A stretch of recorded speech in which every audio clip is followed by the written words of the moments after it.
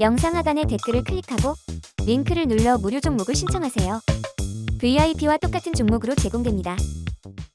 안녕하세요. 반갑습니다. 허브인재TV 한상욱입니다. 현대로템 같이 보도록 하겠습니다. 주주분들 너무나도 고생들 많으셨어요. 시장의 변동폭도 굉장히 많이 커나가고 있고 좋지 않은 모습을 보여주고 있습니다. 특히 현대로템 또한 마찬가지로 개파락 이후에 그나마 버텨주고 있는 모습을 현재 보여주고 있는데요. 이게 여러분들 잘 아시겠지만, 이 코스닥 시장이 이틀 동안 마이너스 7% 가까이 빠지고, 3일 포함해서 7%를 넘었어요.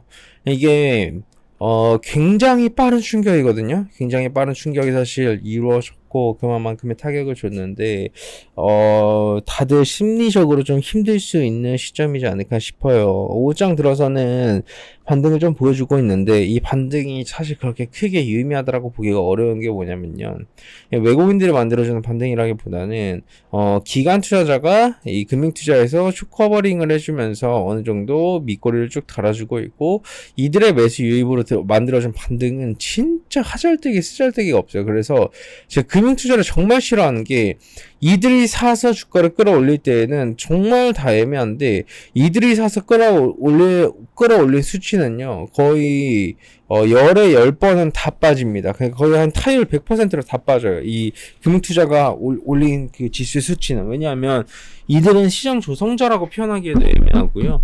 돈 자체를 이들이 막 수천억씩 사긴 하는데, 이 수천억이라는 자금 자체가 굉장히 일시적인 거예요.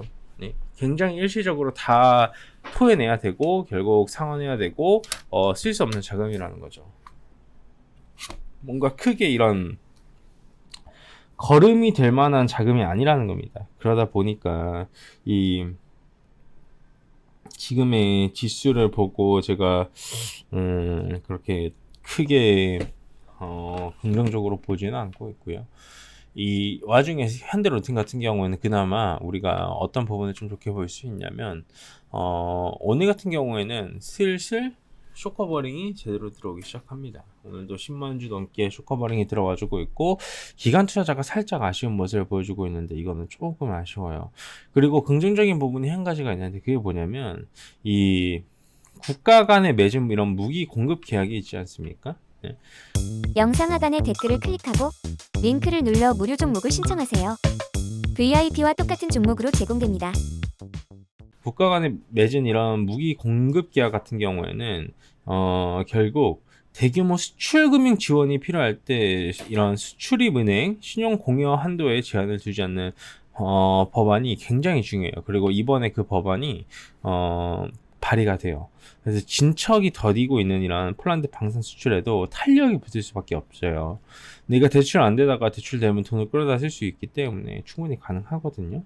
그렇기 때문에 이런 신용 공여 한도 적용 예외 조항에서 구매 당사자가 국가의 경우에는 큰 신용 제공이 필요하다라는 케이스를 두고 한국수출입은행법 개정안을 발의를 할 예정으로 확인이 되어졌어요. 그것도 언제?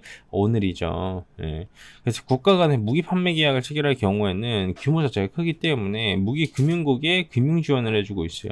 한마디로 우리 물건을 사는 쪽에다가 우리 돈을 빌려주는 거예요. 그래서 방산을 비롯해서 건설, 교통, 인프라부터 시작을 해서 이런 규모가 큰 정부 간 기획사업에 주로 통용되는 방법이라고 보시면 될 것 같은데, 한국에서는 좀 국책은행인 수출입은행하고 한국무역보호공사하고 이러한 좀 역할을 맡고 있습니다. 그렇기 때문에 지난해 한국과 폴란드 같은 경우에는 한국 무기 수입 계약을 맺고 판매 규모가 큰 K9 자주파하고 KT 전차 물량을 22년도에 1차, 23년도에 2차로 나눠서 체결하기로 했는데, 1차로는 현대로템 그리고 하나 에어로스페이스, 한국항공우주가 폴란드하고 17조 원 규모의 수출 계약을 체결했어요.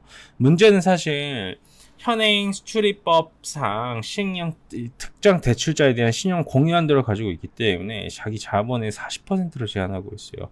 그래서 수은 과무부가 이제 6조 원씩 폴란드에 지원을 하기로 했는데, 현행법상 기준으로 수은의 자기 자본 한도가 15조 원인 만큼 40%에 해당하는 수치이기 때문에 추가 지원이 불가능해요. 그래서 한국의 이런 방산 업체들은 최대 30조 원 정도 추정이 되고 있는 2차 계약 체결을 앞두고 있는데 올해 상반기에 좀 마무리가 될 예정이었었던 폴란드 무기 수출 2차 계약이 금융지원 문제로 인해서 계속 지연이 됐어요. 그래서 수주 성과가 축소되거나 계약이 무산될 수도 있는 우려감도 나와주고 있습니다. 그렇기 때문에 이러한 개정안이 좀 굉장히 중요할 것 같고 어떻게 될지 봐야 될 것 같습니다.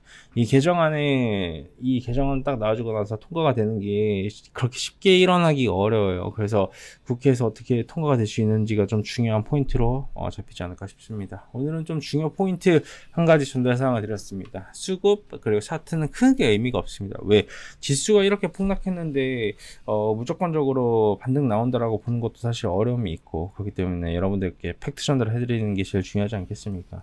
좋습니다. 수고들 많으셨고 제가 다음 주 월요일날 인사드리도록 할 테니 여러분들께서는 무료 체험도 한 번씩 받아보시고 많이 준비해놨습니다. 유튜브 보시면 댓글에 제 카카오톡 채널 링크 있고 누르시고 무료 정보 신청 누르신 다음에 현대 로템 보고 왔습니다 정도만 남겨주시면 될 것 같습니다. 수고들 많으셨습니다. 감사합니다.